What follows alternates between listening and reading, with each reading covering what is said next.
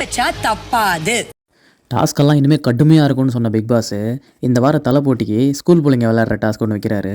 அதுக்கு பேர் குறி வச்சா தப்பாது குட்டி பச்சா துப்பாதுன்னு. ஐயோ, ஒவ்வொரு போட்டியாளருக்கும் 15 பிரிக்ஸும் 3 பால்ஸும் கொடுக்கப்பட்டிருக்கும். இதோ இந்த மாதிரி பிரிக்ஸ் எல்லாம் கஷ்டப்பட்டு அடுக்கி வச்சு எட்ஜில் ஒரு பால் இருக்குல்ல, அதை தட்டி விட்டு உள்ளே இருக்க கூடையில் விழணும்.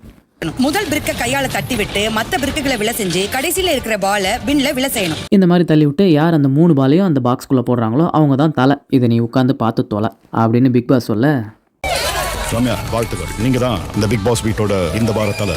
பாரு கஷ்டப்பட்டு பிரஜின் குரூப் கிட்ட உட்காந்து நீ எப்படியாவது தலையாயிட்டா எனக்கு இப்போ எல்லாம் தெரியும்டா, ஆனால் இந்த ரம்யா ஆனால் என்ன பண்ணுவான்னு தெரியலன்னு பயந்த மாதிரியே ரம்யாவே தலையாயிட்டாங்க. ரொம்ப வன்மம் உள்ளவங்க எது நடக்கக்கூடாதுன்னு நினைக்கிறாங்களோ அது நடந்துருது பார்த்தீங்களா. நைட்டு ஃபுல்லாக உட்காந்து விக்கி கோழி பிடிச்சதுக்கு ரம்யாவுக்கு நல்ல பலன் கிடச்சிருச்சு. போன ப்ரோமோ பார்த்தீங்கன்னா எதை பற்றி பேசுகிறேன்னு தெரிஞ்சிருக்கும். கட்டுப்பிடி வைத்தியம் இவங்களுக்கு நல்லா ஒர்க் அவுட் ஆயிருக்குங்க. கட்டி பிடிக்கிறன்ற பேரில் திவ்யா அமுக்குனதை பார்த்தீங்களா. அப்பா, கோழி அடித்தா கோழிக்கறி. திவ்யாவுக்கு ஏன் இந்த கொலைவெறி? ஏன்னா அவங்க போட்ட மாஸ்டர் பிளான் தோற்று போச்சுல்ல. பாருவோட ஃபீலிங்ஸை பார்க்க முடியல. இப்போ ரம்யாவை மட்டும் இல்லை, அந்த குரூப்பையே உடைக்கிறதுக்கு பெருசாக திட்டம் போட்டு ரம்யாவே உடச்சி அழ வைக்க போகிறாங்க. அதில் தான் பாரு கில்லி மாதிரி ஆச்சு. உங்கள் கருத்தை கமெண்ட்டில் சொல்லுங்கள்.